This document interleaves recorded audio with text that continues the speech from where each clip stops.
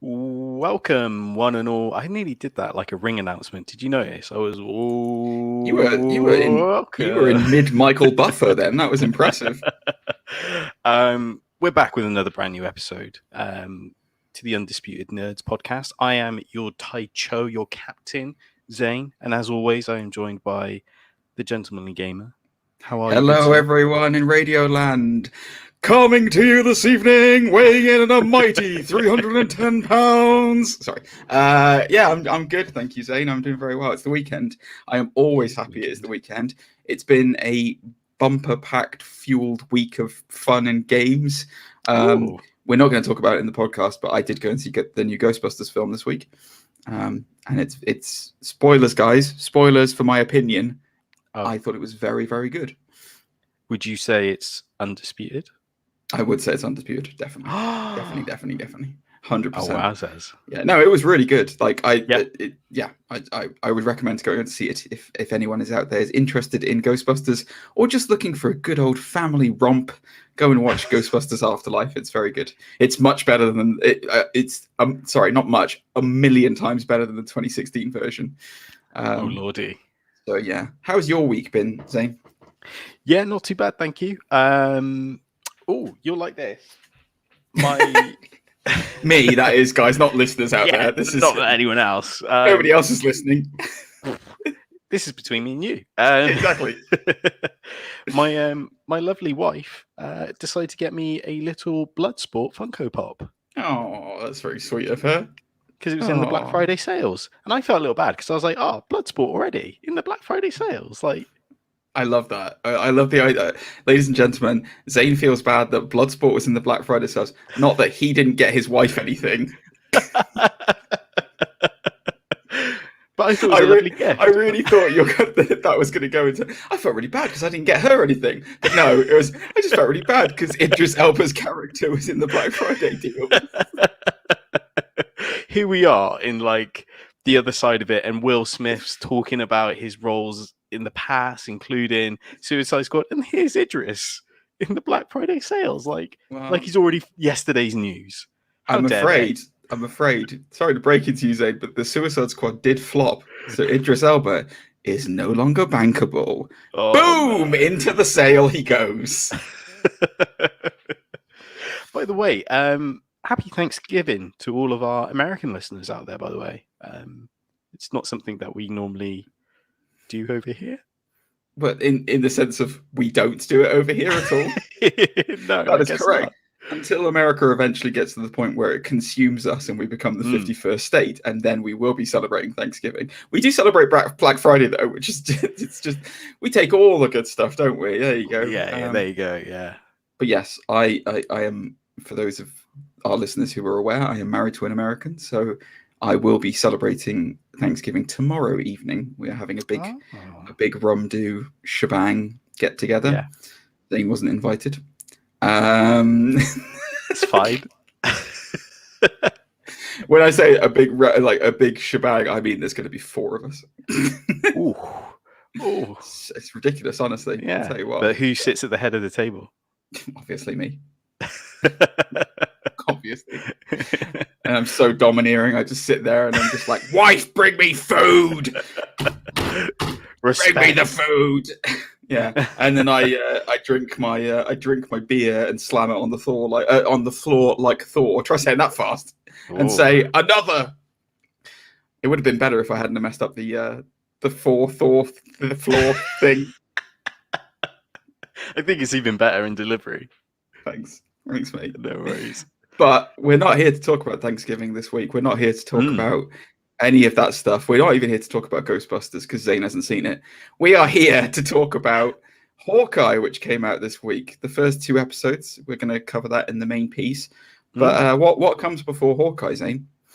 Some beautiful tips and bits as we all regale and sit in our armchairs and pour a lovely cup of Earl Grey and converse. Get your pipe and slippers ready, folks. It's time for a bit of tips and bits. Yes. The first bit of tips and bits I've got this week is going to be a show and tell. So for those of you who are watching on YouTube right now, you're going to get a treat. But for those of you who are listening, just imagine as I talk you through this. It has come out this week that Jason Momoa was famously kind of cast and then uncast and then recast, but then not cast, and then it all went a bit weird. But anyway, test footage has come out of Jason Momoa as the Crow, made famous by Brandon Lee in the early 90s. And I have to say, the test footage is pretty impressive. He looks really good. I mean, Jason Momoa is one of those people where he always looks really good, but like he looks like if I had to say anything, he's definitely on the Hogan.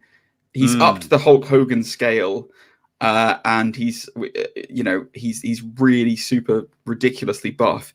But it does seem like the test footage just does kind of keep the same styling of the Crow, that you would remember from the Alex Proyas movie in the early 90s. Now, the question is, like, would it have turned out the Crow, or would it have turned out the Crow, the City of Angels, or whatever the sequel was called? I think there's like 4 movies. I'm pretty sure there's like 2 or 3 sequels. I remember Edward Furlong being in one of them, like from the guy who played John Connor in the Terminator 2. I remember he was in one of them, and that was like his big role, but then it didn't go anywhere, obviously. Oh, wow. But yeah, what are your thoughts on this look, Zane? I mean, it doesn't really tell you much, but it's even got a moving. If you press play on that, it's only like about 10 seconds long, but just got some imagery of him moving and stuff. It looks pretty good. Yeah, it's like you say, it looks faithful more than anything because of the face paint and everything else. It's not like he's got his big beard as well. But yes, I wonder, because of his hair length, this is going to sound like a super fan, but because of his hair length, it makes me think maybe this was like during his like Conan sort of part of his career. Like, it could have been, yeah. I think this would have been like before the Aquaman and everything else. Yeah, let me have a look and see in the article if it doesn't say anything. Yeah, the only reason it didn't come to fruition was because it was scheduling conflicts. That was the reason why it never actually happened. There's nothing to say. Yeah, it doesn't say anything about the. Doesn't say anything about it. Interesting enough, he was going to play Eric Draven, because I always thought that the Crow was like different people, and that's why he looked different. Because I always thought it was like the spirit of the Crow just came to people who were wronged and enabled them to do vengeance. Much like Ghost Rider, really, except without the big flaming head. But yeah, no, I would have been interested to see it. I do wonder which studio executive has the biggest hard-on for the Crow that he keeps trying to bring it back over and over and over again. Because, like, how many times have we seen the Crow try to be brought back to the main set? Like, there's only ever been one really good film, which was the 1994 version of it, and that was the only good one. It's like, I'm one of those purists who, I'm like, Brandon Lee died on the set of that, man. Just let it lie with him. You know, you don't need to keep doing it. The other thing as well is like knowing that he's really into bass, isn't he, and guitars and stuff. Jason Momoa, that is. Yes, like there's an axe, I remember that. Yeah, an axe throwing. I remember in the 1994 version, there's the scene where he does a guitar solo on like rooftops, but it's just like a silhouette of like the sunsets or something. That kind of like plays to his strength, sort of thing. That would have been cool to see. I think he would have been great as it, man. But it's just I'm getting to the point where it's like, so, you know, we've seen certain reboots that didn't need to happen and how they turned out, a la RoboCop, a la Total Recall. Do we really need a Crow reboot at this point in time, or is it just done and dusted? So let us know, guys. What are your thoughts on both the casting of Jason Momoa as Eric Draven, but then also, do we need it? Do we need a Crow movie again? Do we need it? I don't know. Anyway, moving on into the wider world of cinema and craziness. So, Zane, last week you and I did a tier list of non-DC EU movies. That's correct. And we talked about Constantine. Yeah.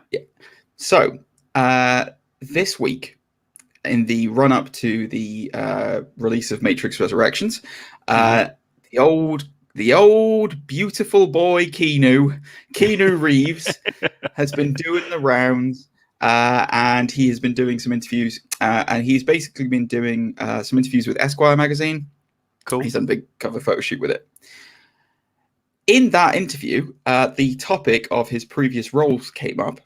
And I will just read you out this quote, and I will see your reaction to it. Cool. I love playing Constantine, Reeves admitted. John Constantine. I've played a lot of Johns. How many Johns have I played? I don't even know. I think it's over 10. But anyway, I'd love to have the chance to play Constantine again. Oh. So Keanu Reeves is extremely open to returning to John Constantine. Thoughts on this, as you made a comment last week that you didn't think the casting of him was that great in Constantine movie. Still on your brain, or what do you think of Keanu potentially returning? I know his name is Keanu for all our listeners, by the way. I'm doing it on purpose. He brings a level of stardom to it. Like, everyone loves Keanu. Like you said before, we're in a Keanu renaissance.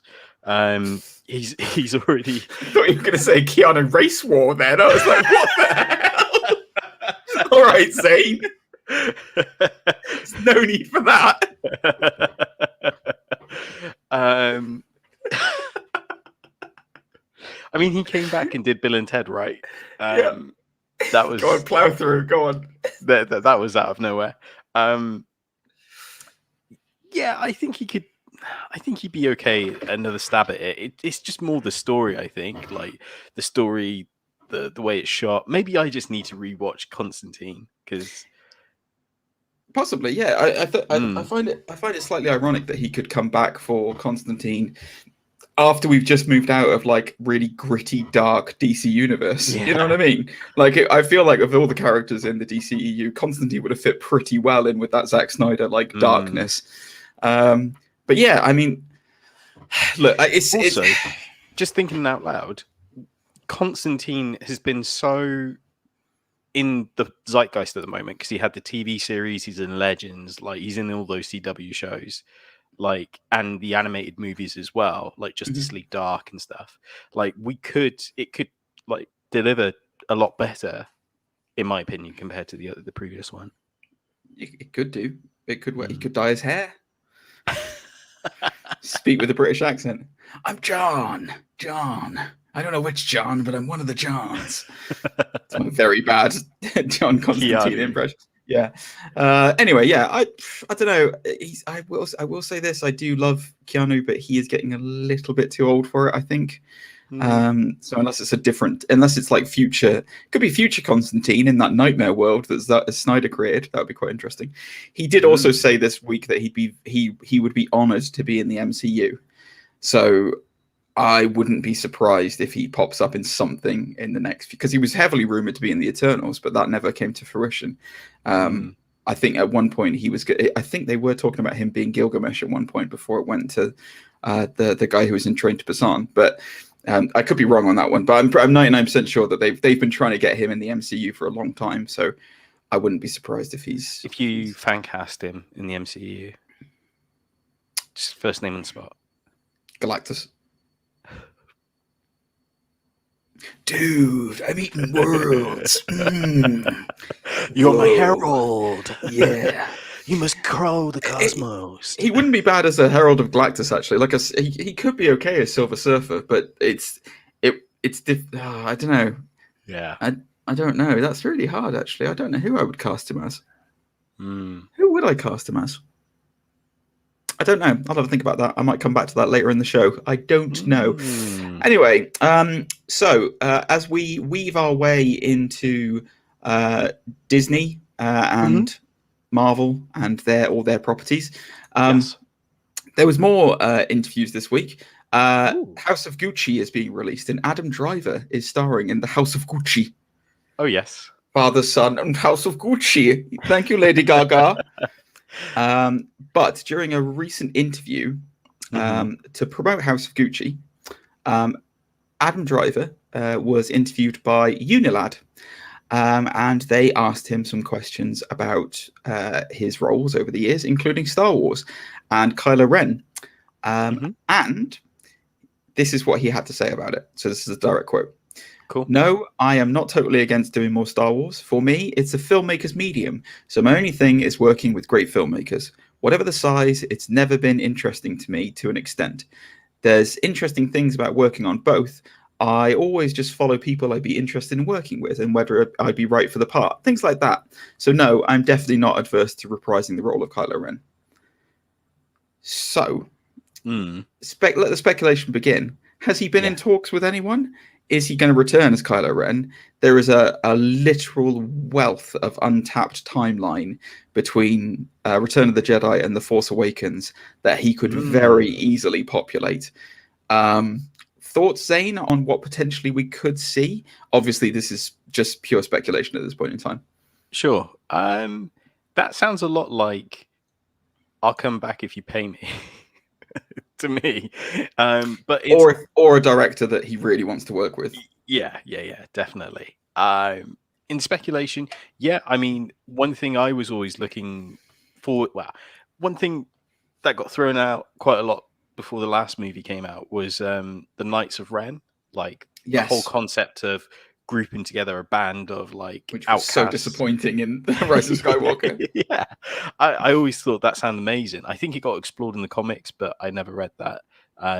So Knights of Ren would be cool. God, he could always come back as a Force ghost.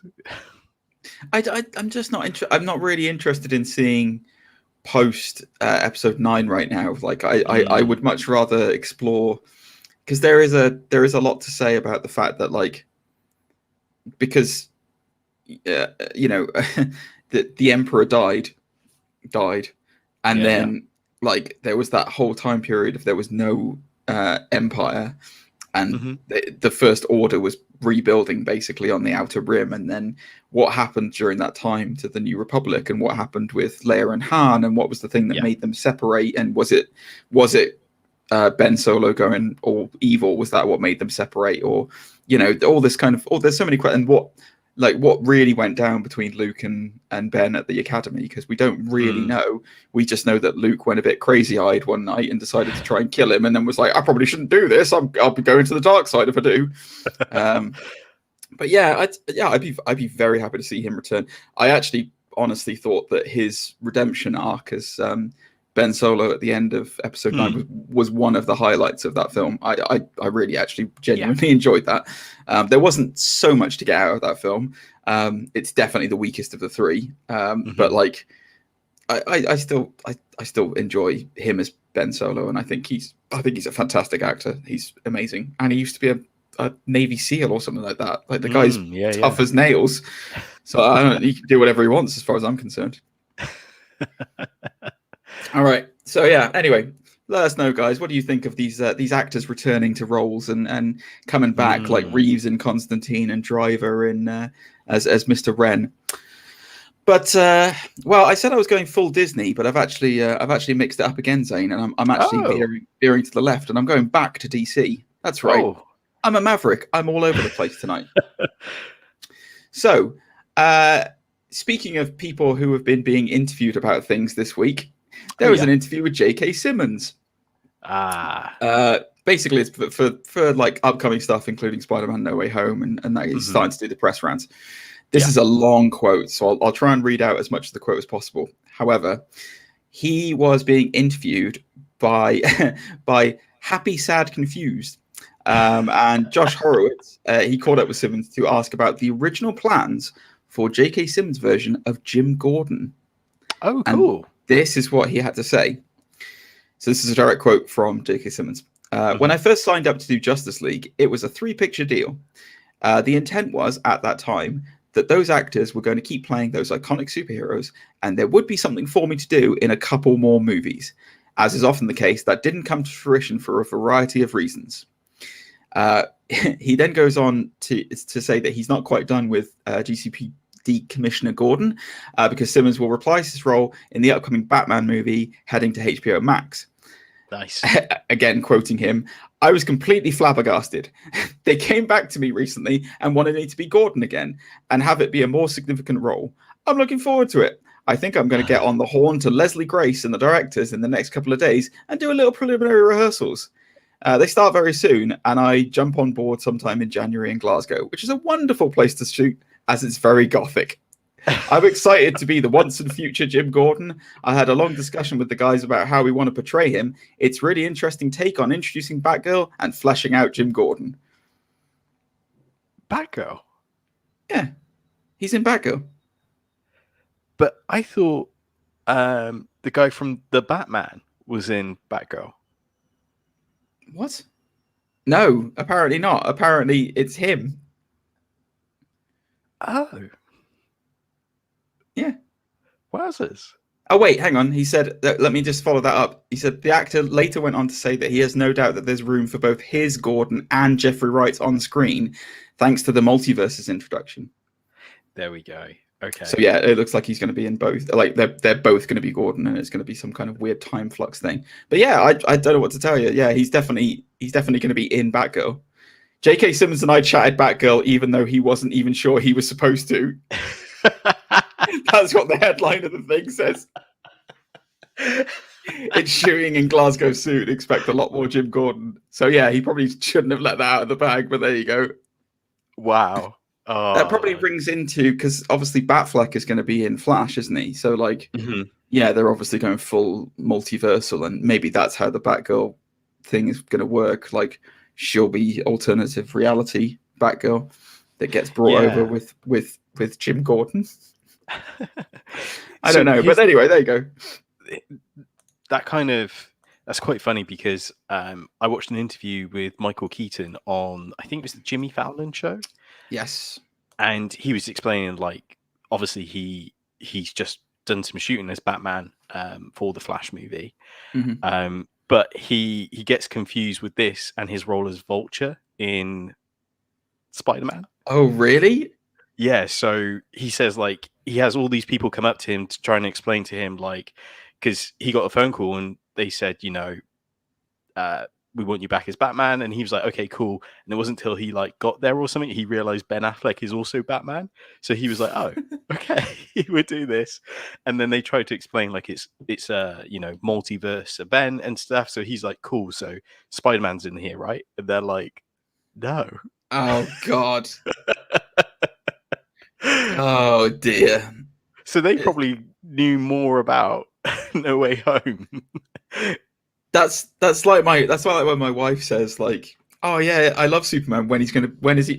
She'd never say that. Actually, she hates Superman. Sorry, let me rephrase that. I love Batman. When is he going to be in the MCU? Oh, like, no, that's not how it works. No. But interesting. He did go on to say, just as they were wrapping up the interview, he was like, oh, I got to go shoot tomorrow anyway. And they were like, oh, really? What for? And he was like, as Vulture. And they were like, oh. And he was like, yeah, I got to go. Like, ladies and gentlemen, Michael Keaton. Interesting. Huh. I wonder what that's all about. Maybe reshoots for Morbius, possibly? That's what I was thinking. Either reshoots or cameo, like scenes, like end credit scenes or something. Spider-Man end credits. Yeah. It's probably too late now, though, isn't it? I mean, they've probably done everything. Like, it's coming out in like 3 weeks. Yeah. Which is and then mad. Morbius is January, isn't it? So yeah. Do you know what's like? It's ridiculous because, like, I was talking to a friend of ours who has been on the show before, Rinsler, and we were talking about Cineworld sending out like they were sending out. Cineworld is like one of the biggest chains in this country, in England and the UK, guys. But they sent out like a circular for like, oh, come to the cinema in December. We've got all the latest hot movies coming out in December. And like the two of us looked at each other and went, really? December? There's normally only like one movie coming out in December. And then we were like, hang on, so there's Spider-Man. Okay, yeah, that's huge. Yeah, okay. Oh, there's The Kingsman that's coming out in December as well. That's pretty huge. Oh, and there's Matrix Resurrections coming out in December. Hang on a minute, what's happened to December? It's been crammed full of like blockbusters. What's happening? So yeah, colour me excited for next month at the cinema. It's gonna be great. Mm-hmm. Yeah, it's gonna be really cool. But anyway, so speaking of Marvel news, we'll get onto Spider-Man in a bit because there's been a couple of little bits and pieces coming out in the run up to it this week. So we'll talk about that in a sec. But just to say that the principal photography on the Captain Marvel sequel called The Marvels has now officially wrapped. So it is in the can, ladies and gentlemen. The Marvels is done. So there is no I think it's supposed to be out February 2023, I believe, is the official release date of it. But yeah, plot details for Captain Marvel sequel are still under wraps. You can check out a vague log line on comicbookmovies.com. So if you want to go and have a quick look at that, we do know that Ms. Marvel star Iman Vellani will make her big screen debut as Kamala Khan, and WandaVision's Teyonah Parris will reprise the role of Monica Rambeau. British actress Zawe Ashton is also on board as the main villain, who is rumored to be a gender-swapped take on the Kree warrior Ael'dan. Fair. And that is all we've got. And also Sam Jackson will be in it as Nick Fury, because, you know, it's Sam Jackson. So yeah, anyway, looking forward to this one, buddy. Yeah, that's really weird because, like, I feel like that was only announced a couple of months ago. Like, when I say a couple of months ago, like after WandaVision, like we kind of knew Secret Invasion and the Marvels. Yeah. And the fact that it's like all wrapped up and everything, and there hasn't been any leak photos, I guess because everyone's just so focused on Spider-Man. Possibly, and Doctor Strange. You know, because that's coming up very soon. But yeah, I mean, it's kind of one of those things where it's like you said, just completely flown under the radar. Yeah. There was also an interview with Nia DaCosta, who's the director of the Marvels, and it is very worthwhile reading. If you get, I won't read out here, guys, but it's worthwhile reading because they blame the snap on Captain America. Oh, and it's it's very interesting. So if you get the chance to read it, give it a go, guys. Give it a go. So probably the biggest news coming up this month, as far as like comic books are concerned, and most people, is Spider-Man. Spider-Man No Way Home is coming out December the 17th, I believe, in the UK. In the US. December 17th in the US. Suck it, guys, because we get it on December the 15th. But anyway, so just a couple of things to run through very quickly. So there has been a bunch of TikTok videos that have been released this week, featuring J. Jonah Jameson, as well as Betty Brant, doing official Daily Bugle news reports. Oh, cool. So there's a couple of TikToks out there, so check them out. They're very interesting. Betty Brant is an intern now because obviously she's featured in Far From Home, and she was also in Homecoming. She was the love interest for Ned. Oh, yes. Yeah, so she's now an intern at the Daily Bugle and doing these TikTok videos along with J.K. Simmons, who is in full J. Jonah Jameson mode, and it is a wonderful thing to say, including full-on mustache, which looks fabulous. So yeah, give them a try, guys. Also, interestingly, there are quite heavy rumors that in terms of we now know obviously that the Lizard will be returning, Sandman's coming back, Green Goblin's returning, all Doc Ock, all these people. It looks like Mark Webb was heavily involved with Sam Raimi on the stories of the returning villains, and as well as some other familiar faces that haven't been confirmed yet necessarily. But it looks like Raimi was quite involved in the conception and future storylines of where the villains would have gone. Cool. An interesting note as well, they've brought out obviously the posters for everything and kind of stuff, and yeah, Green Goblin is now not in his Green Goblin suit anymore. He's got the ultimate Goblin face of Willem Dafoe. So yeah, I mean, I guess it's with the idea in mind of like if they'd have carried on, because obviously Mark Webb was the guy who directed the Amazing Spider-Man. Amazing Spider-Man, yeah. So the idea was to see what the continuation of those villains would have been. I kind of wanted to speculate with you a little bit because there's obviously been more international trailers and TV spots coming out this week. And I said to you, there's a very interesting line that Doctor Strange says in the international trailer, which is I'm going to paraphrase a little bit, guys, but it's they all died fighting Spider-Man, and it's inevitable. And I was like, and then it looks like Spider-Man is actually trying to save them. He's not actually trying to stop them, which is why he's got this like weird prison trap thing. But like the thing that it seems to be recurring, and we'll talk about this in the Hawkeye stuff as well a bit later on, but like the TVA has obviously been triggered and Kang is now implementing, you know, whatever's happening in the background of everything. Yeah. But have you noticed that there seems to be like a weird subplot of time throughout since Loki, like all the new MCU stuff? There seems to be there's some tiny little almost insignificant detail about time, and it's like these villains have been taken out of time because they are technically a fixed point in time that they have to die, so Doctor Strange is trying to return them. And I just found it really interesting that it's like there, and we'll talk about it in Hawkeye because the tracksuit mafia, what they're trying to get and stuff like that. But I just, what is your thoughts on this, Zane? Because like, obviously, first of all, what's your thoughts on the directors being involved in the characters that they originally created? Yeah. And then your thoughts on kind of time being woven throughout the MCU moving forward. I think having the original directors back is a great idea because it's faithful to those characters, like you said, Lizard, Electro, Green Goblin, Sandman, etc. So I think that's cool that because let's face it, like each director has like an idea of where those characters would have gone if they could have done 2 or 3 more movies, sort of thing.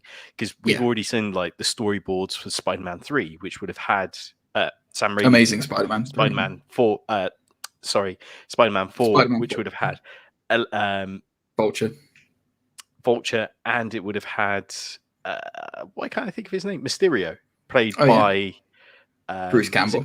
Bruce Campbell, yeah. So we already know that they were planning ahead on these sort of projects and stuff. Oh yeah, Spider-Man 4 Spider-Man 4 was very, very close to happening, like very, very close. So it was only because Raimi fell out with Sony that it didn't actually happen in the end. Exactly. Yeah. So it's a cool idea to bring them and kind of get their ideas and their interpretations of where things would have gone. Yeah. To answer the second part about time and stuff, yeah, it is interesting. And I wonder as well how much they already know, because I think in one of the TV bites, there's like Electro says like, you're not taking me back or something along those lines. You're not going to take this from me. Yeah, is what he says. Yeah, there's a lot of theories about Electro because some people were theorizing that he wasn't taken out of that moment in time, but that because in the Amazing Spider-Man 2, he kind of becomes pure energy and explodes. Yeah, and that's how he gets beaten at the end of the Amazing Spider-Man 2. But a lot of people have said, well, like that's kind of what he does when he's created, and then he learns to put himself back together again.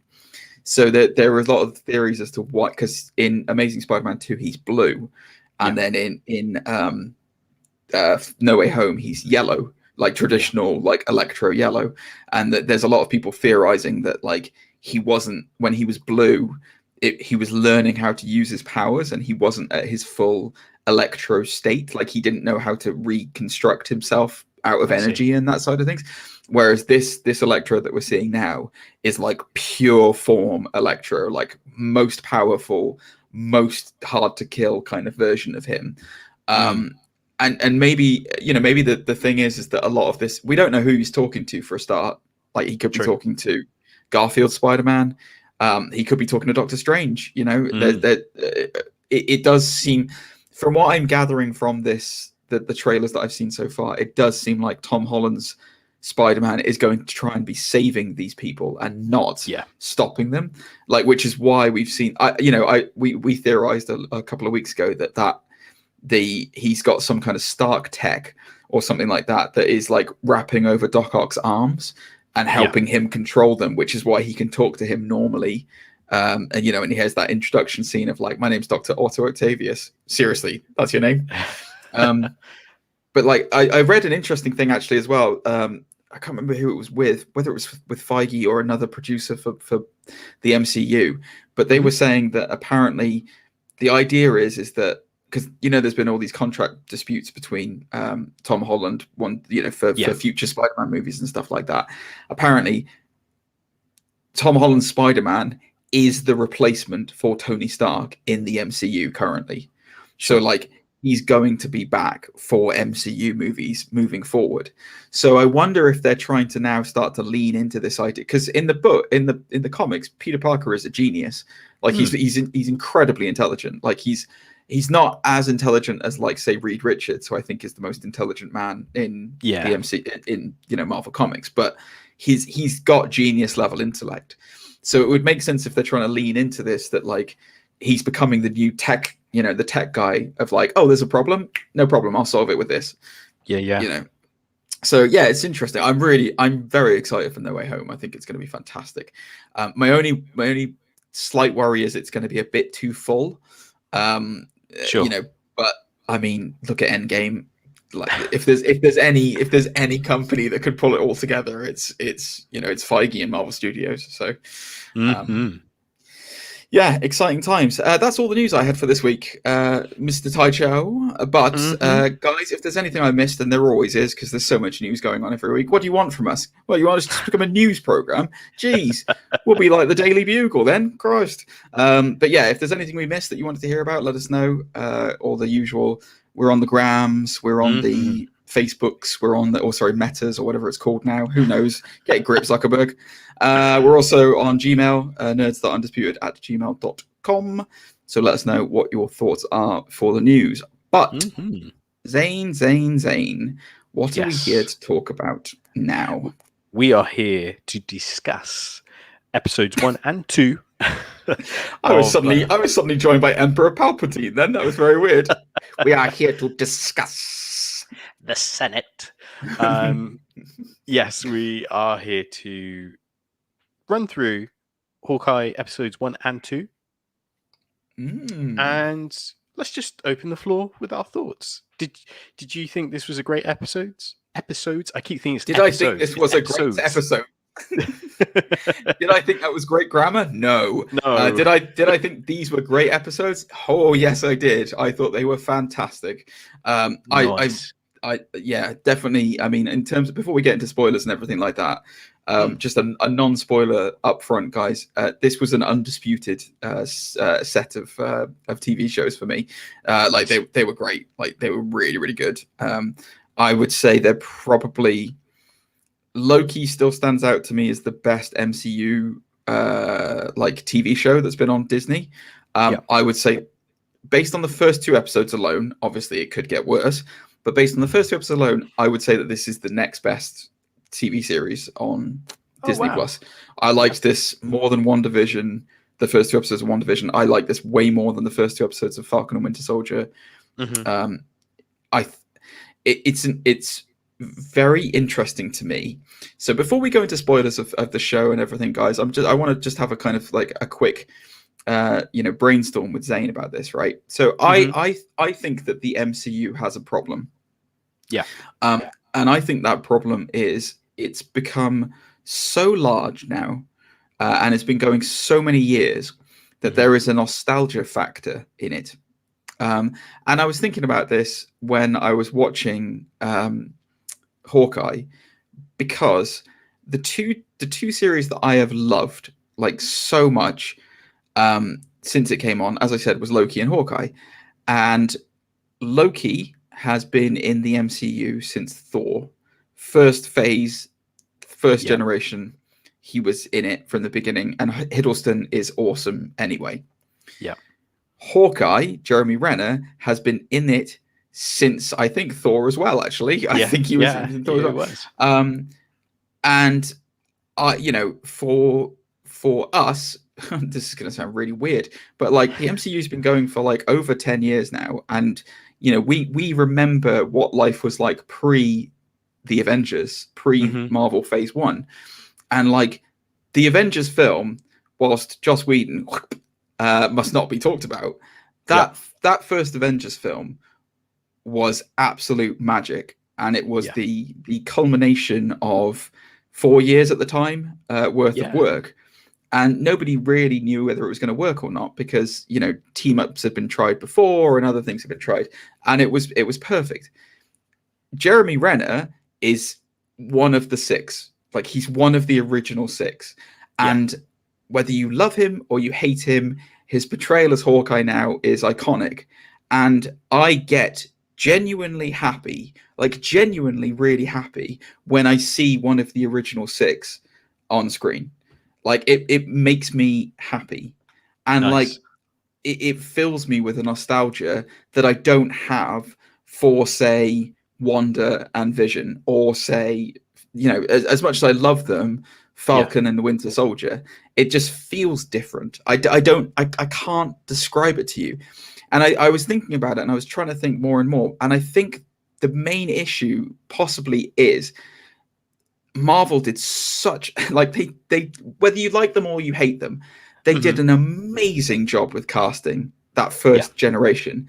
Like, Robert Downey Jr., well, Iron Man is now Robert Downey Jr., regardless. Tony Stark is now Robert Downey Jr. Chris Evans was perfect as Captain America. Like, he was perfect as Captain America.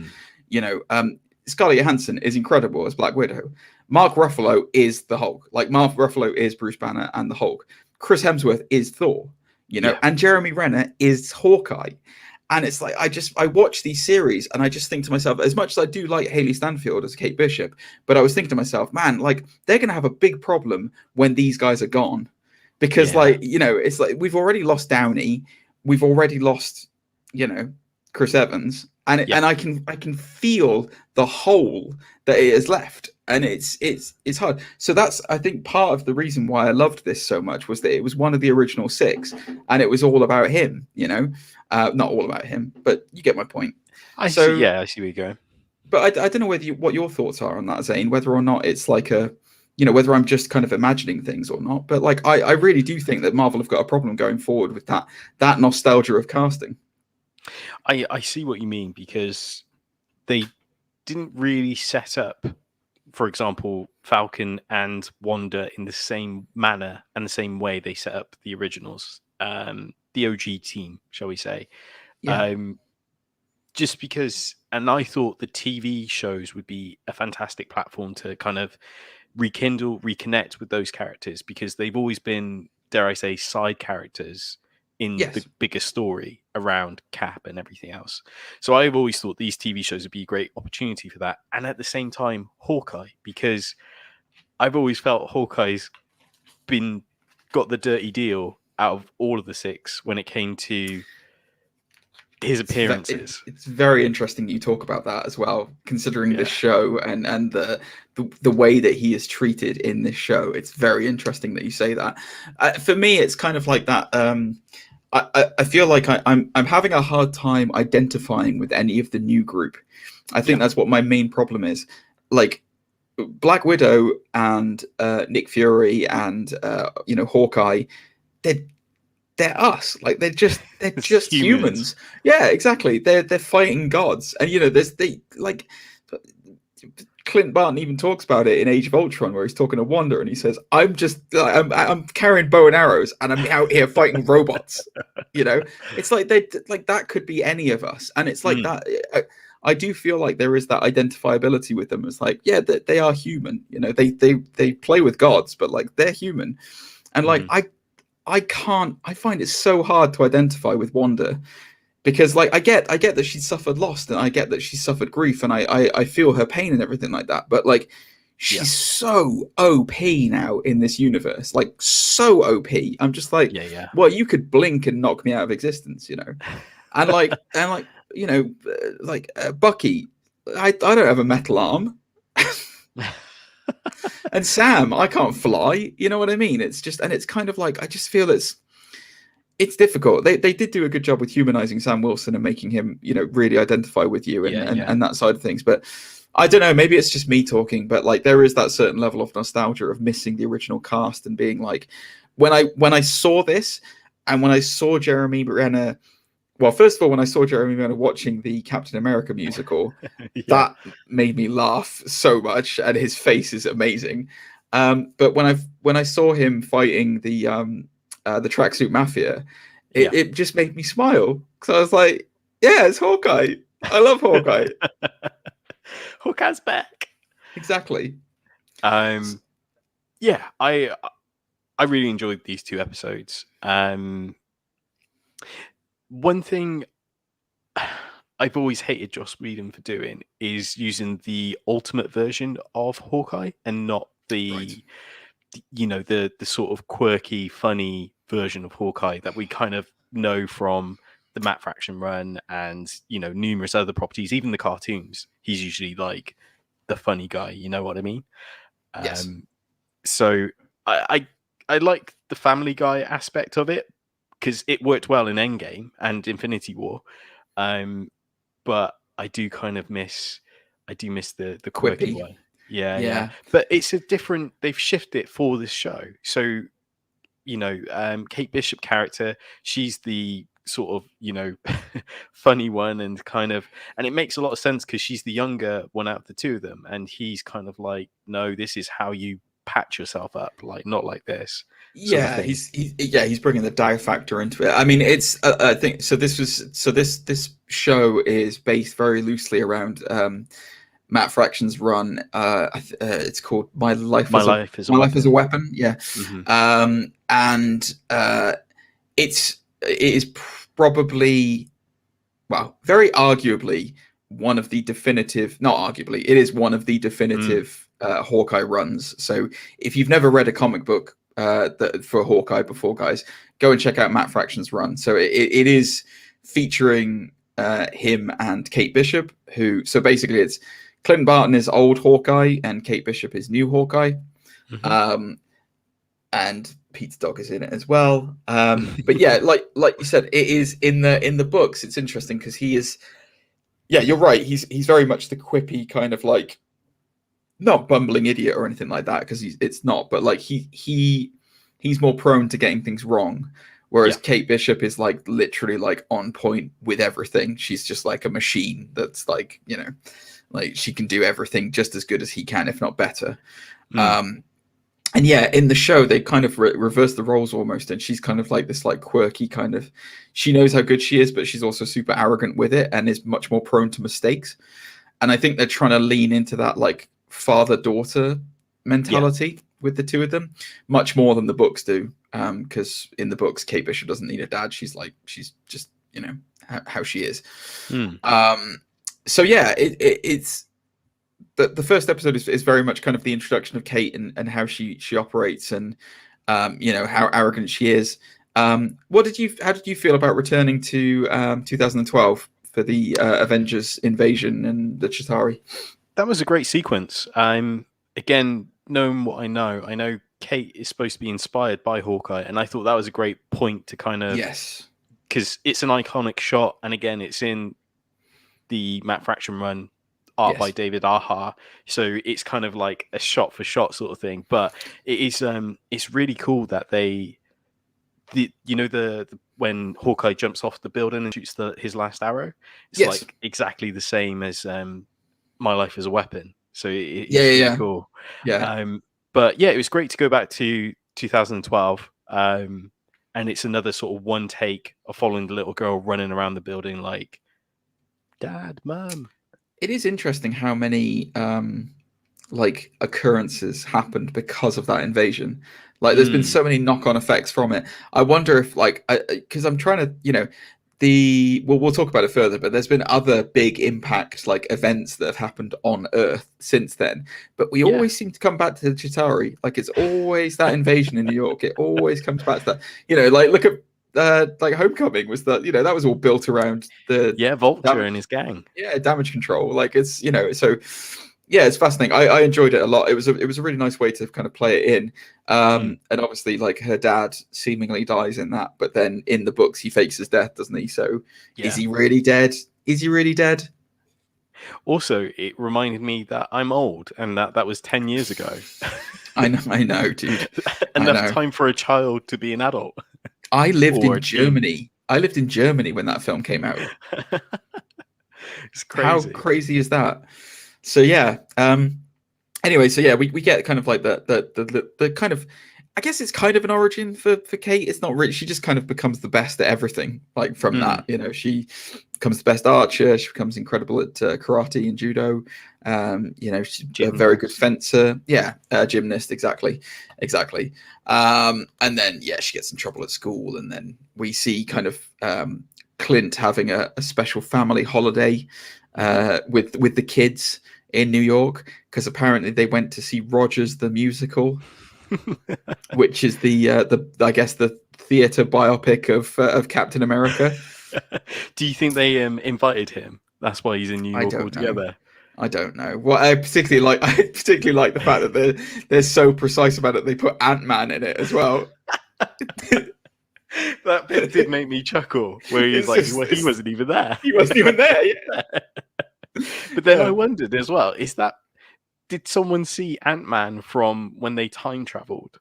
Well, that's the question, isn't it? That's a good point. That is a very good point. It's like, what you know, maybe somebody's like seen him back then, but yeah, I thought it was just hilarious as well. And like, yeah, it was maximum cringeworth on that one. Like it was really cringy. I know it was supposed to be, but man almighty, it was delivered in a special way.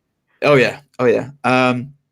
And I guess one of the shocking revelations about that is that, well, we get to see some kind of knock-on effects, because that's the first time that we've seen the character since Endgame. Mm-hmm. So it's the first time we've seen him weighing up the fact that Black Widow is gone. Mm. You know, because they tried to like stop sacrifice each other killing themselves. Yeah. Well, yeah, exactly. Yeah. I was watching. It's funny. I was watching. I'm gonna put all credit out there. I was watching Mr. Sunday Movies. I was watching one of his YouTube videos about Hawkeye and stuff like that, and he was saying, "Yeah, you know, where they had that competition to kill each other." I shouldn't laugh, but that's exactly what it was. That is exactly what it was. So it's an interesting thing to see that it has obviously affected him. I think the thing that we're probably going to lead into a lot in this season is going to be Clint's guilt. Just like, obviously he feels guilty that he's still alive and Nat isn't, and then he obviously will feel guilty for the Ronin stuff, which we'll come into in a bit. We also in that scene in the Rogers the musical, we also get to see the fact that he's partially deaf. Yeah. That was kind of okay, he's deaf now. And I do love that they just went, what caused it later on, and like you just get a flash of all the times he's had the hell kicked out of him, and he's like, one of them. There you go. One of those, yeah. There's 10 reasons. Yeah. I mean, my guess is probably going to be the massive nuke, pretty much, that Thanos dropped on them in the Avengers compound. That's pretty much going to be what did it, I think. But there was like, what was it when he was fighting the tracksuit mafia or something like that? I can't remember. When he just he's like, there's a really annoying part of it, and he just mutters under his breath, "I thought Thanos." It's just like he's like, I can't remember what it was, but it's just like, yeah, I thought Thanos. Like he's fought the most powerful god in like the universe. And now he's having to deal with guys in a tracksuit. I do like it when he calls his wife, and he says he's like, I gotta stay for work, and she's like, what's happening? And he was like, tracksuit mafia, and she was like, those dickheads.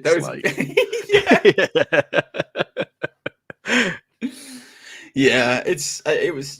So anyway, I get. So what? It's a weird kind of event. So I guess I'm trying to remember who the bad guy is who's dating Kate Bishop's mum. Jacques Duhan.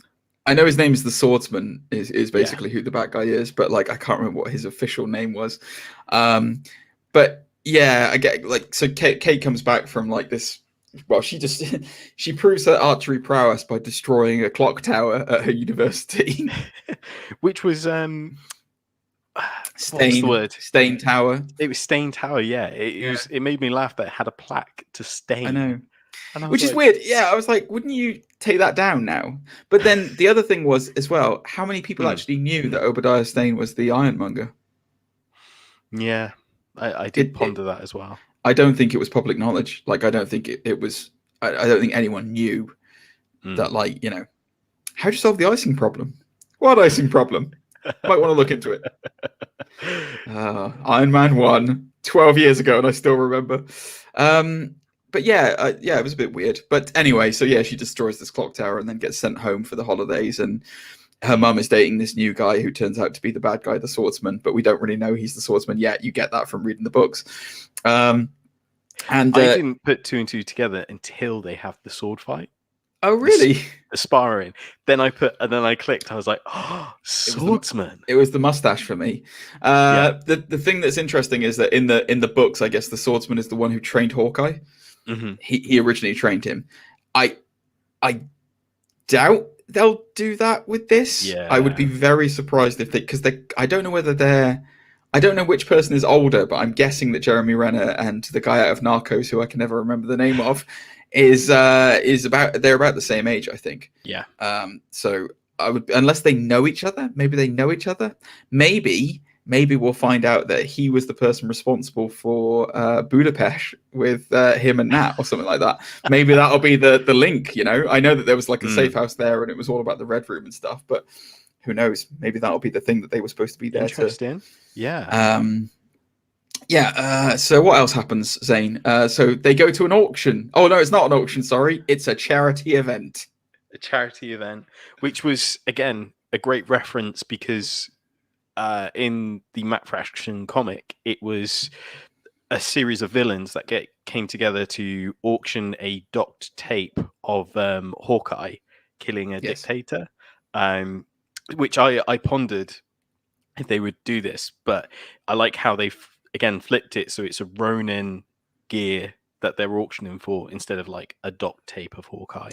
Yeah, I mean it's a black market auction for loads of stuff because there's like a Triceratops skull there as well for some reason, and yeah, there's Ronin's retractable sword, which is weird.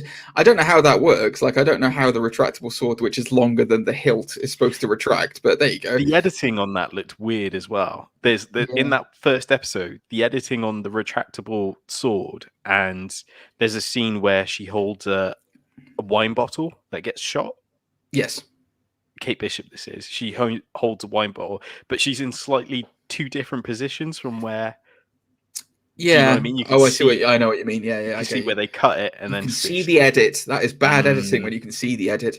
Yeah. So as Zane has alluded to there, Kate finds the auction and spies on it, and it's her mum's fiance and his uncle who are bidding on things.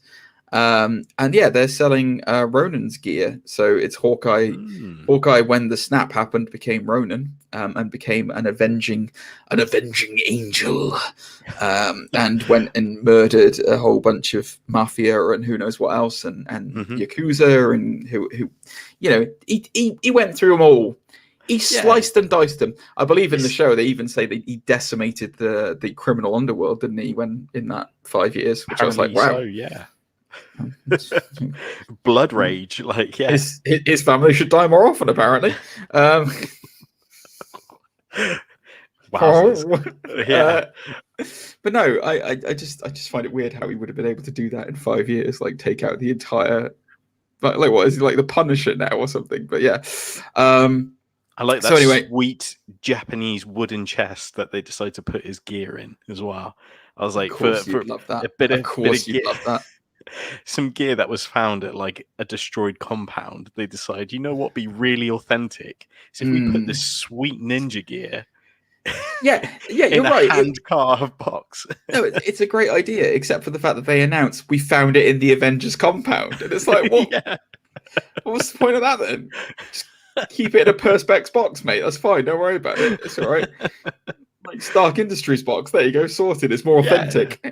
It's suitcase, like, you know. But that does bring us onto a very good point that we were talking about earlier on with the invasion, the Avengers compound being destroyed. It seems like that is going to be one of those fixed point of time where there is a whole load of material from that has been scattered throughout the world. So I wonder if this is going to be the next Chitauri armor and all this other kind of stuff, where it's going to be like, yeah, we found a whole bunch of, you know, Stark tech, or, you know, we found I don't know, Ebony Moore's peace balls at the lying in the bottom of this crater, and now we're auctioning off. But do you think that this is going to be the next thing where we get our next influx of villains and stuff created from the havoc that was caused at the end of Endgame? Potentially, yeah, because even though it didn't happen at a populated area, like, New York, in the middle of New York City, like you said, there's a lot of things that can still come out of it, like tech, armor, suits. Who's to say there isn't like Wakandan shurikens in that compound or whatever? Yes.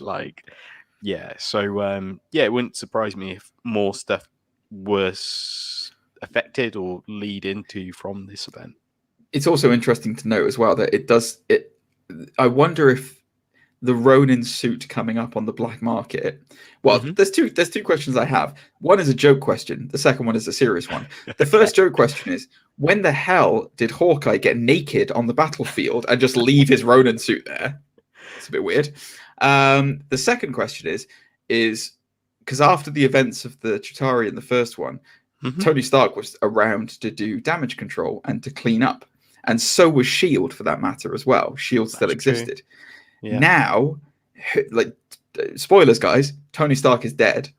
There's no shield anymore. There's sword, but they're not really domesticated. They don't do domestic threats. So I'm wondering if maybe nobody cleaned up this stuff.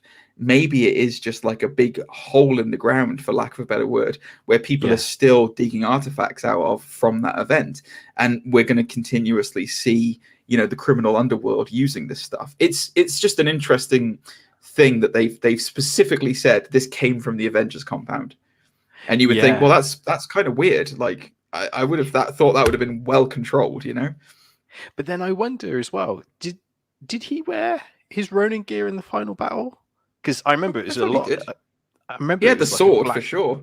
Yeah, but I remember he had like a black suit. But I wonder if, because let's speculate, like Ronin's probably his dirty little secret. Like, I didn't save people for 5 years, unlike Cap, who did the program to help group sessions and things of that nature. Do you know what I mean? Yeah, with the directors of the film. Yeah, I know. Yeah. Whereas Hawkeye just went on like a murder spree. Yes. So I wonder, when Nat did bring him in, did he just kind of like hide his suit and everything else and was just like, I'm here with tattoos and a terrible haircut? Oh, I mean, what are you talking about? The Dakin haircut, Wolverine's son haircut. That was great. Yeah, it's a good point. Maybe it is his dirty little secret kind of thing. I mean, I still think that whether he was wearing it or not, I still think the same question stands as to, because there's a lot of stuff at that compound. Like, there was the time travel machine at that compound. Wow. Yeah. Like there was the van, like the quantum van was at that compound. Is all this tech just lying around being gobbled up by people who are then going to use it for nefarious? Is this the way that we're going to see villains? Because the Vulture was famously born out of the Chitauri tech. There's been a bunch of other bad guys who have come from Chitauri tech or Chitauri influence. Ground level baddies. So potentially this could be what ails them in the future. So the tracksuit mafia, they turn up at this auction to rob it, but they're not looking for. First of all, the swordsman steals the Ronin sword, just to kind of quote. So he has that retractable sword now. But the mafia, this is the other thing that we were going to talk about that I was kind of linking through the show. The mafia are looking for a weird item at this auction. They are looking for a Tony Stark watch that we find out later on. It is a Stark Industries watch. Why? Why are they looking for that watch? Zane, thoughts? I had two ideas. The first one was, of course, in Civil War, we get to see Tony use a watch to make a repulsor to fight Winter Soldier. That was the first one, because then, it's not high tech, but it's enough to help the street level, help the street level mafia gang to, rise up a little bit. They got some heavy artillery. That was my first idea. The second one I had was, What was my second idea? I don't know. You've got to tell us. Would you like me to tell you what my idea was? Yeah, go ahead. So, bearing in mind, obviously, I was talking earlier on about the fact that, like, Spider-Man: Far From Home seems to, No Way Home seems to focus on some kind of time dilation in that side of things, and like returning people to the thing. I was thinking potentially it was because I don't remember, I can't remember, but I wouldn't be surprised. But there was the wrist gauntlets in Endgame were the time displacement gauntlets, which return them to their own time. And I was like, I wonder if like Tony fashioned his into a watch, or like I wonder if like the key to the Mobius strip inverted kind of time travel thing is in that watch, you know? Wow. So that was my first thought. Mm-hmm. Then I thought it's probably not likely to be that. It's probably more likely that this is someone who's a collector of rare things. And I thought that this is going to be the first kind of bit of, because it's such a random thing to look for, like an antique watch. It's such a weird thing to look for. Yeah. And which powerful person in New York could possibly want to collect rare artifacts or have rare artifacts, Zane? I would say Kingpin. I would agree with you. Yes. So I think that this is like this is the first kind of like little nugget that we get for Kingpin being introduced. I really think he's going to show up this season. It got even more solid for me when I saw. So I can't remember I can't remember what his name is now. I've forgotten his name, but there's a news anchor that is on the TV, and he's covering the broadcasts. That news anchor is the same news anchor who's in the Netflix shows. Oh wow! Yes, and he's also in one of the movies as well. But he's consistently the same. And I was like, man, they're putting in Netflix stuff into this. Like that is my first shot right there that this is going to feature Kingpin. D'Onofrio's. Go on. Just it's a bit of a stretch, but in the first season of Daredevil, is it directly after Battle of New York? Because they reference it quite heavily in like newspaper articles and things like that. Yeah, they don't call it it's called the incident, I think is what it's called. Yeah. But yeah, I think the idea is that they've said that I think they have confirmed now that the Netflix series did exist, but they're a parallel universe. Yeah. Like the Battle for New York was like their divergent point. So that happened, and then after that, it splintered off, and the Netflix series went one way, and the other series went the other. And, you know, the main MCU went the other. So I think that was the idea behind it. I think. They've already confirmed that. Feige has already said that if they use characters from the Netflix shows in like the MCU, they're not going to be those characters. He's been on record as saying that. So like, it won't be the same Wilson Fisk that we know from the Daredevil series, but it will be. It's going to be Wilson Fisk, isn't it? I mean, I can't.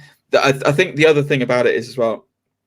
So just to be clear, guys. So Kate steals the suit and then goes and like tries to stop these villains from stealing stuff, and she meets Pizza Dog, which I'm kind of glad they didn't run him over like they do in the books, because he does get hit by a car in the books, and it's kind of this weird.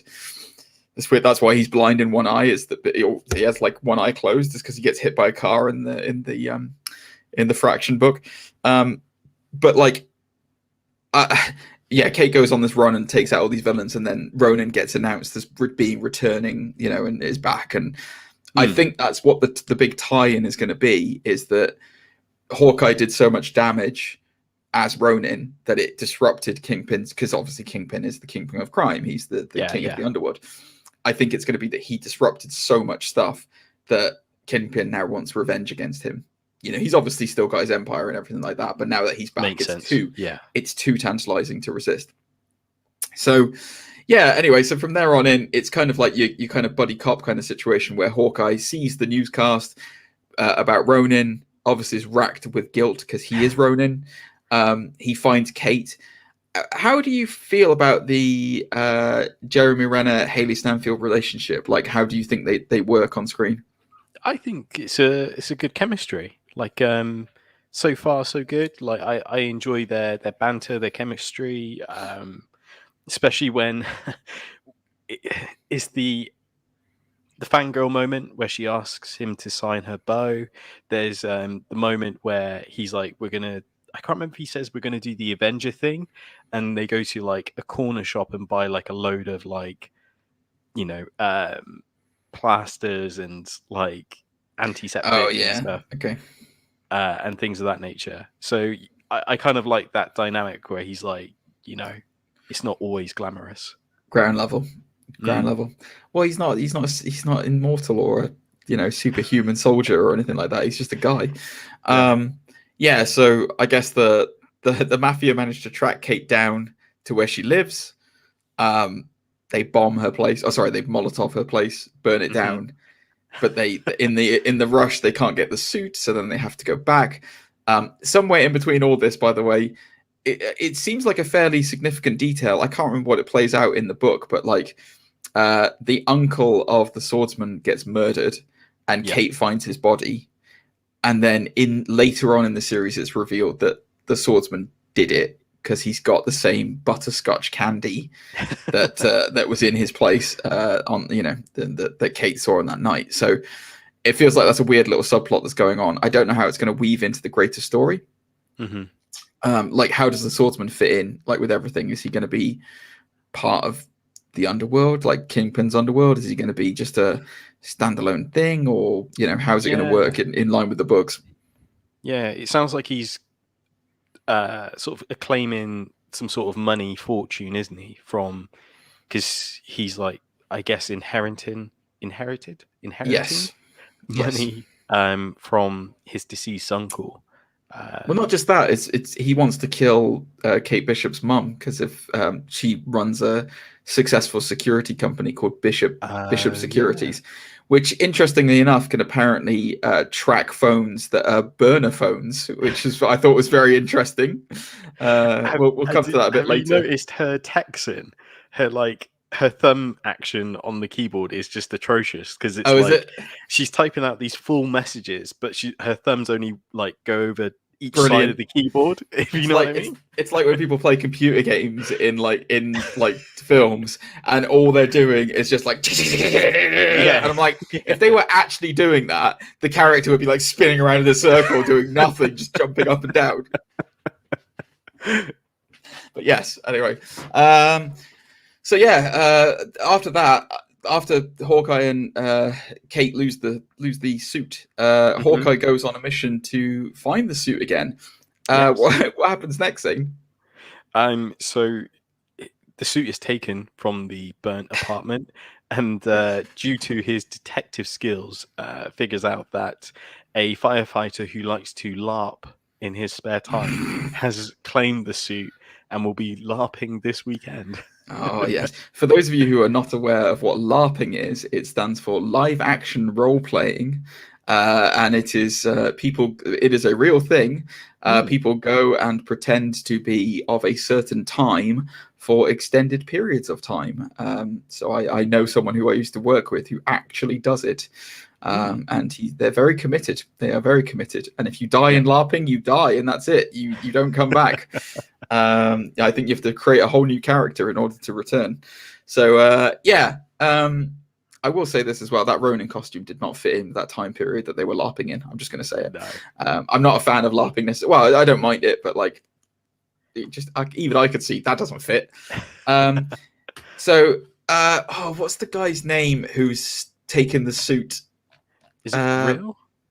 It is Grills. So interestingly, a little Easter egg side of it, Grills is his next door neighbor in the Hawkeye comic, in the Matt Fraction book. Oh, yeah. It's his next door neighbor. It looks very different in the comic, but yes, it's his next door neighbor. They've obviously repurposed the names and stuff in this. That's cool. And it's interesting because the other thing that we were going to talk about that we mentioned earlier on about him being one of the Avengers is his kind of like, not reluctance, but like not really caring that he's a member of the Avengers, and that like and also like that he's not almost he's one of them, but he's not a main one. You know what I mean? Like he's not like if you get the choice of like, who's your favorite character? Oh, it's Iron Man. Oh, right, okay. Who's your next favorite? That's Thor. Oh, right. Your next favorite, Captain America. Like Hawkeye's always down the list, and it's nice that they kind of play into that where it's like people in New York. It's like he's not this mysterious person who you don't know who he is or anything like that. People know who he is, and they just don't want to bother him, and they're just like, look, you saved the world. We're not gonna. If you don't want to like do stuff, that's fine. You just we're like here's a free meal. We're not going to hassle you. Just I really like the way they've played that, where it's like a really like understated celebrity kind of thing that he's and he doesn't want the like he doesn't care, like he doesn't want any of it really. But like I just love the way that, especially the way Renner plays it as well, where he's just kind of like you don't have to do this. Like I don't want any charity or anything. Which is like funny as well, because you look at like Falcon, who could barely get a loan out, even though he was like the guy at the bank was like, "You're Falcon, like whoa, that must be amazing." Yeah, but then was like, "You can't get a loan, mate." Yeah, I do. I mean, I wonder about how much of that is. I don't want to go too deep on this one, but like there were certain like race motivations and political machinations that they were trying to explain at the time. Because obviously Falcon's a black man and Hawkeye is not, and it's like, and also there's the other side of it of like, if you notice with the exception of Endgame, which wasn't really a public event, Falcon hasn't really done anything very public. Like name an event that he stopped that was public. The only thing I can think of is the Hydra thing in Winter Soldier, where they took over the helicarriers and tried to kill people. And he was flying around. That's the only thing I can think of that was like public knowledge, like big, because he wasn't part of it. Like everyone knew about the Chitauri invasion because everyone knew about the invasion of New York and who stopped it. Yeah, I guess he would have probably been in the public eye like around Civil War, because it opens with the event where he's a criminal. Well, in the opening, he's like helped saving those people in Africa, I think. Yeah, he's part of the Avengers team, the Avengers squad. Because they'd taken out Crossbones, weren't they? Where is that? Is it in Botswana or where is it? Something like that, because that's when Wakanda gets involved, isn't it? Because Wanda accidentally blows him up, like. Yeah, she blows up the like Wakandan embassy or something like that. That's there and kills a couple of Wakandan people. Yeah, I just, but you get my point. It's like not he's not. Because then he goes on the run, sort of thing after. So technically, he was a criminal for quite a while. For 5 years. Yes. Yeah. What a run! What a run, Falcon! What a run you had. But no, Hawkeye is, as far as like the public figure is concerned, Hawkeye is much more in the public. He's in a bloody musical about Steve Rogers. What are you talking about? He's huge. So is Ant-Man. Weirdly, I don't understand that still. I think you're right. I think somebody must have seen him in the event. I wonder if that's a time change, I wonder if that is like a butterfly effect. Like a variant effect, because like people saw Ant-Man and then it's become conscious that he was in the Avengers at that time. How great would that be, though? How great would that? You might have just found a little weird thing for like Quantum Mania. Maybe this is one of the things where hilarious. It's like maybe that is Zane. You might have just like hit upon something. Maybe there is a very good reason why he's in that musical, because people think that he was in the Avengers, because maybe he is going to be in it. It takes Zane only one set of bodies. But not even that, though. Think about it. Like if because we know Kang is going to be in Quantum Mania, so there's going to be loads of time travel. There's going to be time travel stuff. What if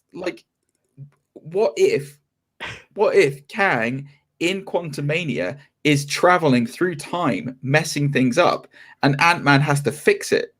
Yeah. And that is what maybe Kang is in New York trying to mess around with the invasion or with the stones, and Ant-Man goes there to stop him and gets publicly seen. There you go. You could have just you might have struck upon a little gold mine theory there. Oh wait, sorry, I'm getting a phone call. Oh, Kevin, sorry, Kevin Feige. Yeah, I'll stay quiet. Yeah, okay, thank you.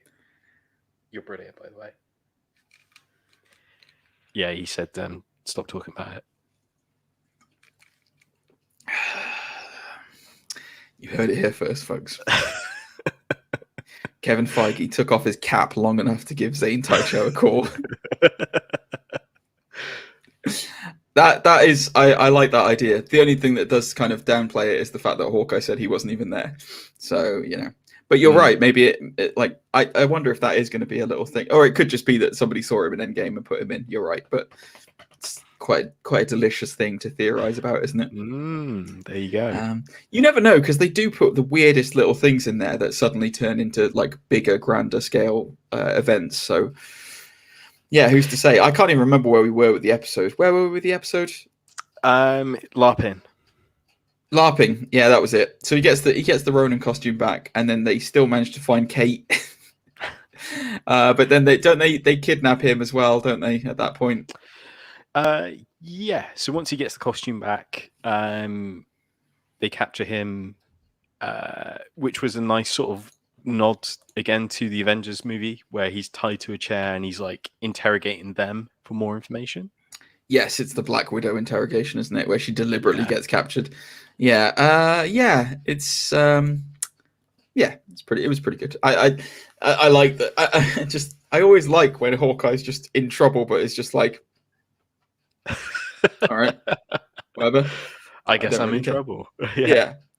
And then Kate tries to do the amazing thing. So yeah, this is where I got a little bit. I did get frustrated by this point where she used her magic phone to find him, and like because basically Hawkeye had said goodbye to her and said, "Oh, that was one of my favorite scenes actually in this whole thing was where Hawkeye's just like, yep, that's it. We're not gonna see each other again. This is goodbye." And then he's like, "Here's my number. If it's any emergency or anything like that, then call me." And she was like, "Okay, I just want to get the number off you and make sure that, you know, it's the right number and I can call you and stuff." Yeah. And then as he's walking away, she goes, "I'll call you later." And he's like, "No, that's not how this works." I really enjoyed that. I enjoyed that. I really enjoyed the dynamic between the two of them. It does work very, very well in the show. It is a bit father-daughter-y for me, which I kind of like. I'm like, well, could have just done his actual daughter instead of Kate, but I understand how iconic Kate Bishop is, so that's fair enough. Yeah. And they've got to set up for Young Avengers, haven't they? So might as well. Mm-hmm. And then so she falls through the roof and gets captured by the tracksuit mafia as well. And then they get tied, and then Hawkeye gets tied to a unicorn, which is beautiful. And then the boss of the tracksuit mafia. Who is the boss of the tracksuit mafia, Zane? It's Echo. It is Echo. What is the significance of Echo, Zane? So Echo is the adoptive daughter of Kingpin. He paid for training and things of that nature, so she's kind of like an assassin. But she controls vibrations, doesn't she? She can control like she's kind of like Daredevil, but not Daredevil. yeah, very much so. She's all about hearing and vibrations. She's not about seeing vibrations. Yeah, seeing vibrations. Yeah, sorry. But yeah. But yeah, it's really cool. And I think she, in some versions of the comics, she's become Ronin as well. Yes, she has. She has indeed. It's great music as well, played at the end of that episode. The end of the second episode, music was banging. I was loving that music. Red lights as well. And I was like, oh, Daredevil. Oh, yeah. I mean, as soon as I saw Echo in it, I was like, oh, yeah, they're definitely doing Kingpin then. 100%. Like, I was a little bit like, that's interesting. Like a weird mob group that is only looking for a limited antique in the first episode. And as soon as I saw Echo, I was like, D'Onofrio is in this. Like, D'Onofrio is definitely in this. It's definitely going to be Kingpin, who's going to come after Ronan and is going to come after the two. Obviously, that's not confirmed yet, guys, and we will see what happens. Mm-hmm. If you have not seen this show and you are a fan of Marvel in general, I would highly recommend watching these first two episodes. They were excellent. If you are looking for a book to read, and you have not read many comic books before, and you are interested in Hawkeye as a character or Kate Bishop as a character, I would highly recommend My Life as a Weapon by Matt Fraction. It is an amazing run. This was just really well done. Like, this was Disney Plus doing what Disney Plus does well, and it makes the subscription worth it. You know, I would argue that Disney Plus is one of the best streaming services out there at the moment, with the inclusion of Star as well. They are putting some seriously good stuff on that streaming service. Like, yeah, I was thinking a similar thing, because dare I say, I don't think I've used Amazon Prime since Invincible. I have, but that's much for much. Well, The Boys.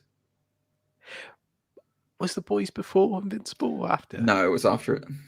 Okay, so let's say The Boys. I would probably say that was the last time I used it, which is really sad, because I know there's some. Well, besides that, I couldn't really think of anything else that I'd watch on there. But with, like you say, Disney Plus, there's so much content that keeps bringing you back, and similar with Netflix as well. Like, you know, there's always Netflix originals and such that keep bringing you back to it, isn't there?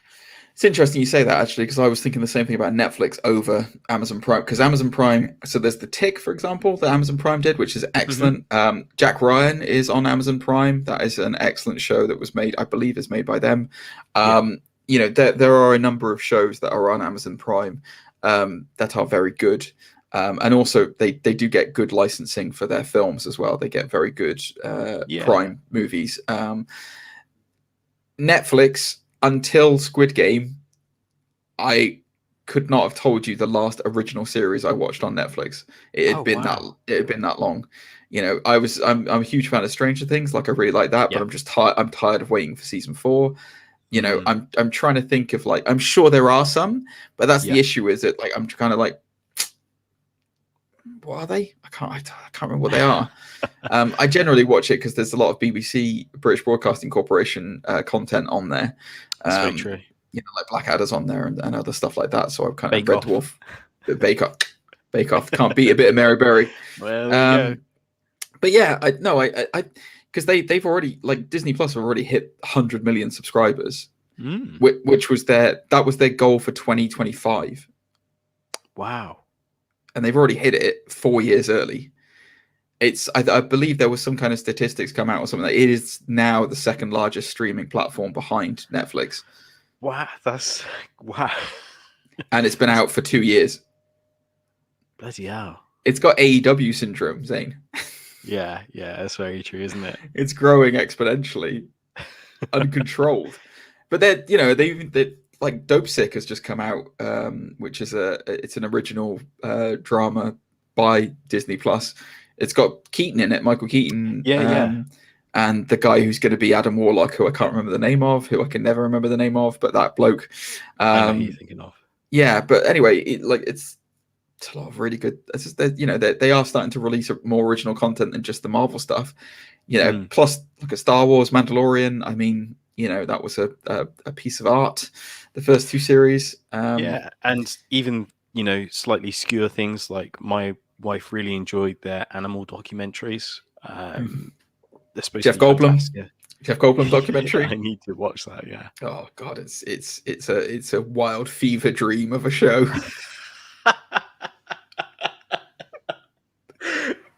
can only imagine. Watch his episode where he talks about jeans. That's a really weird. It's a weird show.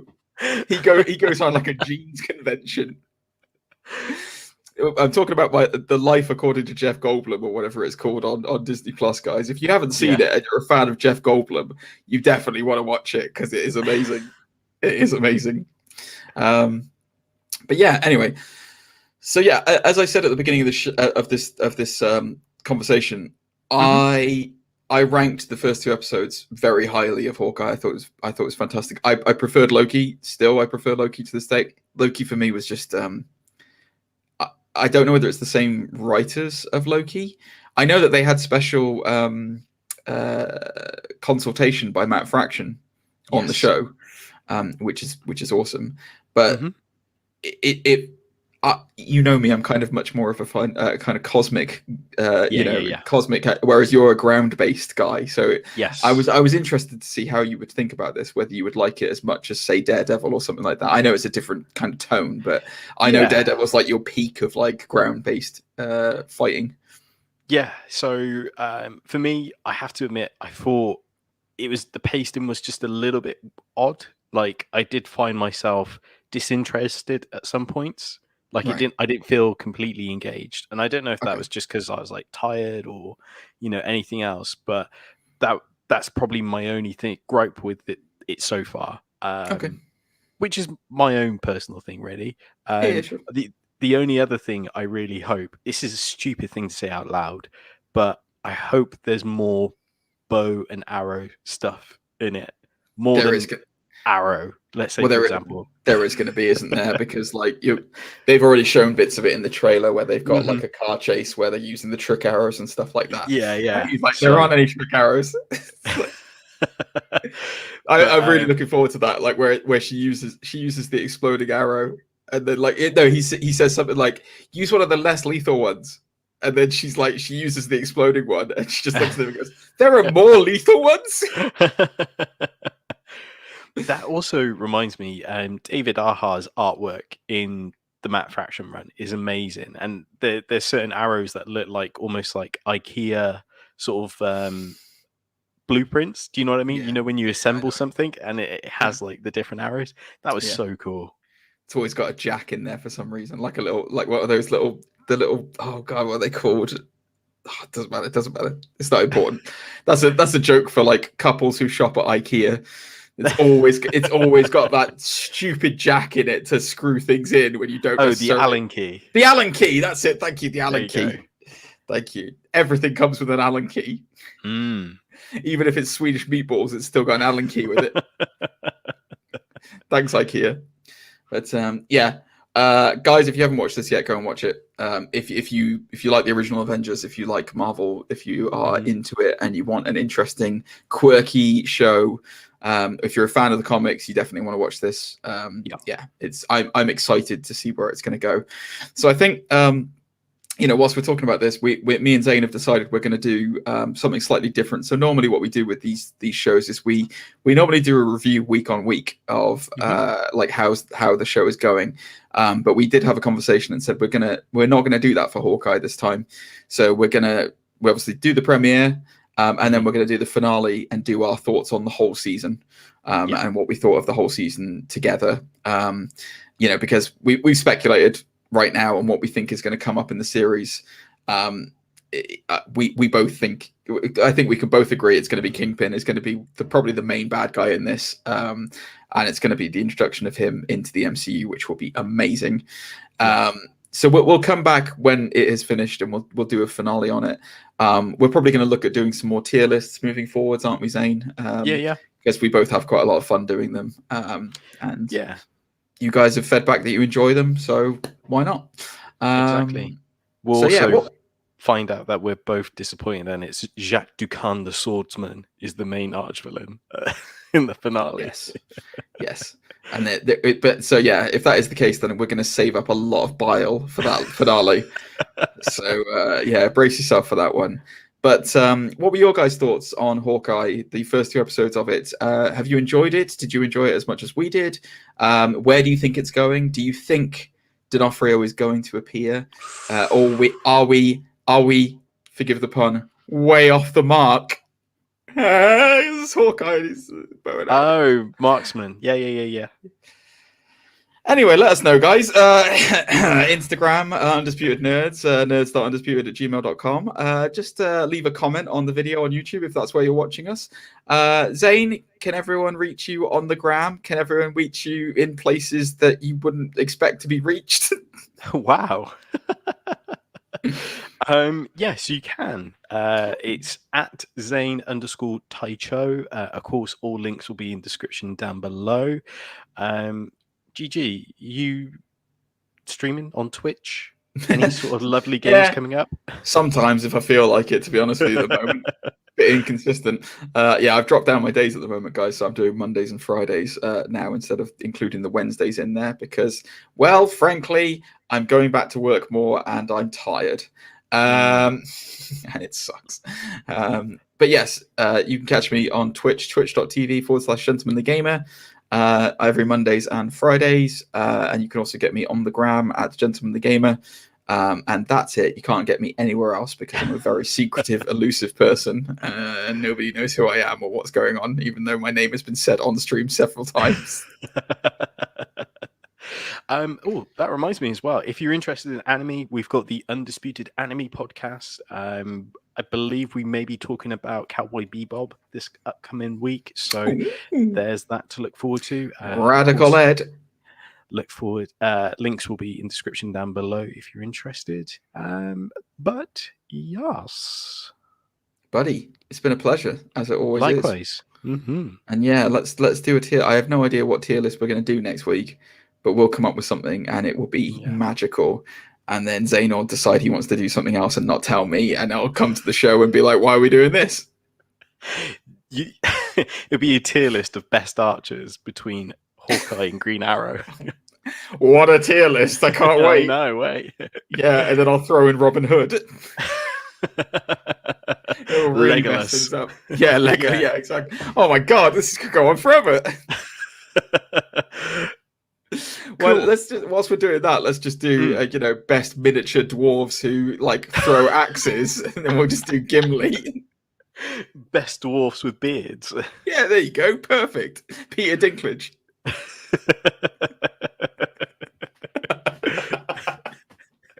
I made myself laugh. Sorry. Oh, it's so embarrassing. I'm sorry. For those of you who have stuck around and listened to us for all of this, thank you. And I apologize. I think I best sign this off. Again, take us out, Zane. Take us out. Thank you for watching, listening, downloading. We appreciate it. Thanks for subscribing.